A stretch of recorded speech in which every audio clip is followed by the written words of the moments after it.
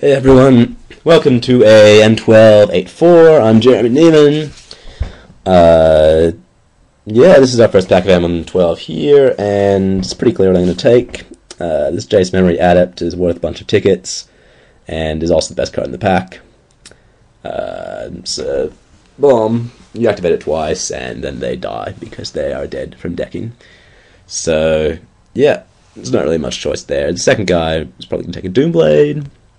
Third pick is might be a Cudgel Troll, but people tend to steer away from green in this format for good reason. Green is not very good, so it might be a Sorin's Thirst, it might be a Crown of Empires. Don't think anything's really going to wheel from this pack. Yeah. Wheeling a Ponder would be nice, but probably not going to happen. Anyway, Jace it is. Okay, this is quite a bit of a downgrade. What's missing here? Someone picked an uncommon, which doesn't tell us very much.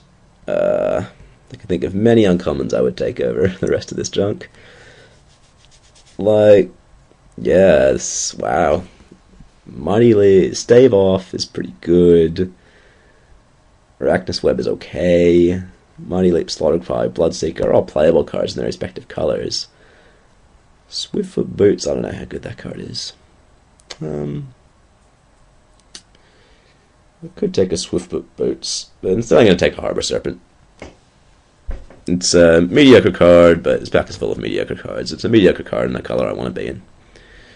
So, yeah. Alright, this pack's a little bit better. Well, it will be hard for anything to be worse. If I want to stick in with blue, I can take Mana Leak, but Mana Leak, it's you know, always a reasonable card in Limited, but never amazing. It is something that can play around. It is something that's not very good late game. And I think it's worth taking a Pacifism here. I think Pacifism is powerful enough that it's worth dipping into another color. And I do rate it over Arbalest Elite. Arbalest Elite is powerful, but it's very, very, very slow. If you get it and it's turn 9 or something and the board's stalled, then it dominates the board. But Pacifism's really good early on, really good later. Just always great, whereas Arbalest Elite is a lot more situational. There's also, well, there's quite a bit of good white in this pack, so I might be sending a unfortunate signal, but not much you can really do. Alright, what do we have here? I'm pretty sure I'm just going to take this Bell Tower Sphinx. Given I'm going to be milling them out with Jace, Bell Tower Sphinx, like a few extra cards in their bin, can be the difference between milling them out exactly in 2 hits and, you know, almost milling them out in 2 hits and then dying to damage. So the milling part of this guy is definitely relevant, and he's an amazing blocker. It's really hard to swing into a Bell Tower Sphinx. Other options are Divination, which is less good, although still pretty good. Griffin Sentinel, I'm still not sure I'm going to be white at this point, whereas I definitely want to be blue, so it is the Sphinx. And we get a Divination, this pick anyway, so that's alright. Yeah, nothing else I would really consider. The 2 drops are fairly good. Garrick's Companion and Child of Night are both good cards, but as far as I know, we're not even in any of those colors, so I'm just going to take Divination. Alright, well, the question is it Giant Spider good enough to take even though I'm not in green? Well, Giant Spider is a pretty good card, but green is not a very good color, and I haven't really had good experiences with blue-green in particular. So I'm going to steer away from that Giant Spider. I'm going to think about taking either this Bloodseeker or this Amphin Cutthroat, and it's probably going to be the Amphin Cutthroat.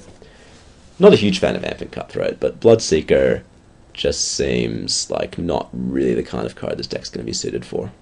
Even if I do end up black, which is far from certain. Interesting. Warstorm Surge. Now, I'm not really sure how to rate this card.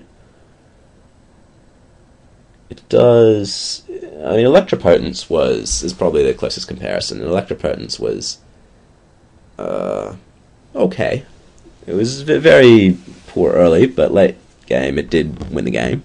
And Warstorm Surge is probably a bit better than that. And that was a very fast format. I don't think this format's quite this fast. So, well, it's that or Frost Breath. And Frost Breath... maybe I should just take Frost Breath. I'm not going to play Frost Breath, and it is a good card. Yeah.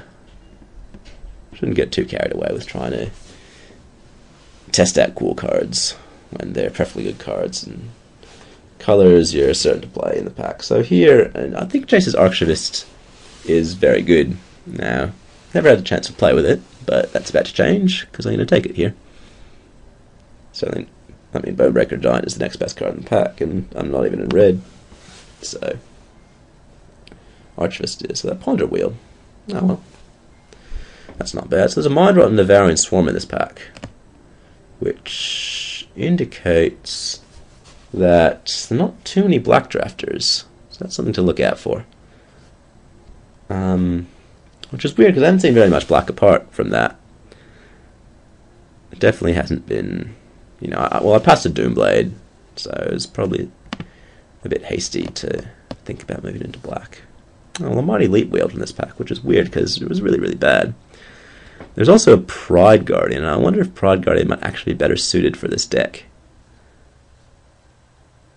Nah, I'm just going to take Mighty Leap. I'm not going to be quite that ridiculous. I mean, this deck is a control deck, but Pride Guardian, well, doesn't block very well. It holds off 2/2s, but that's just about all it holds off. Oh, I'll take a Mana Leak here. That's quite like Mana Leak. Can't complain about that. An Auramancer. Well, could make the deck. Don't have a Mind Control yet, but you never know, that could change. A couple blanks. I think Lifelink's a little bit more sidable than Angel's Mercy because you might get paired against the guy with all these Phantasmal Dragons and Ice Cages and stuff like that.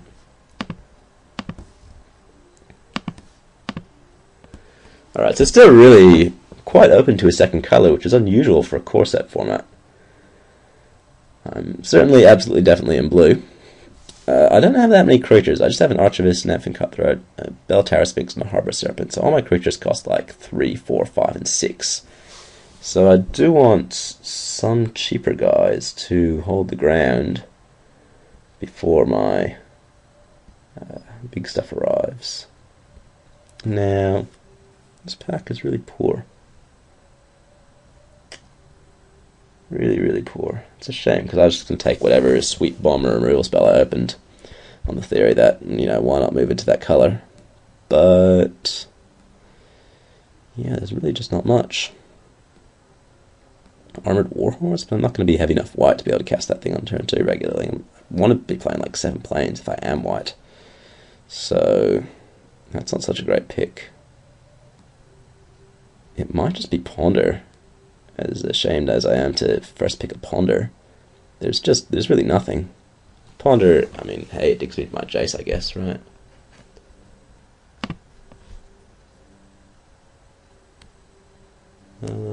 Okay, well, it's a little bit better.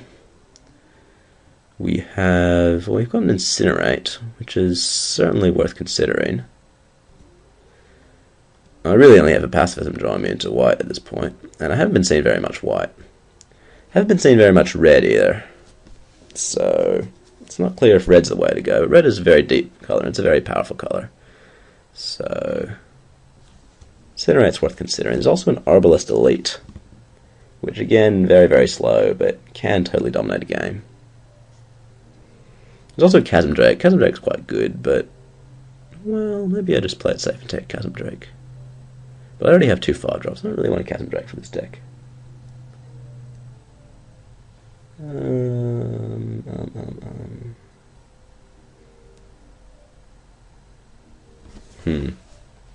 going to take Incinerate. I'm going with my gut. My gut says to take Incinerate.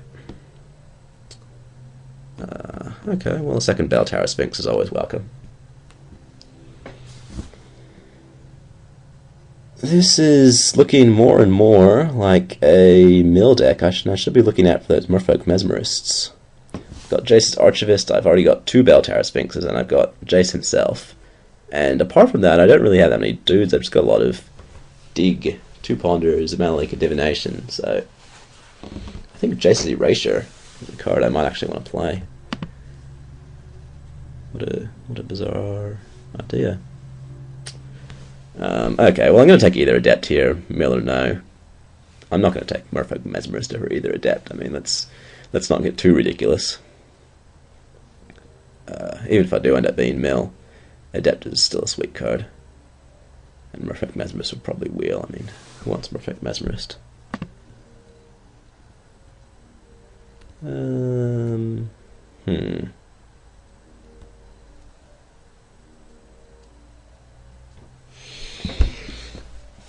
Well, this fact's not very good.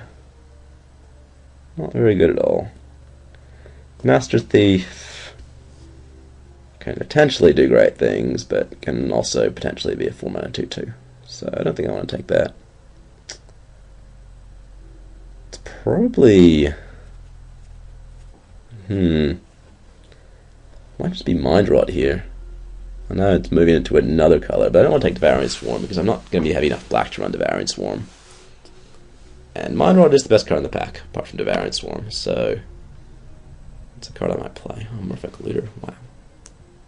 Okay.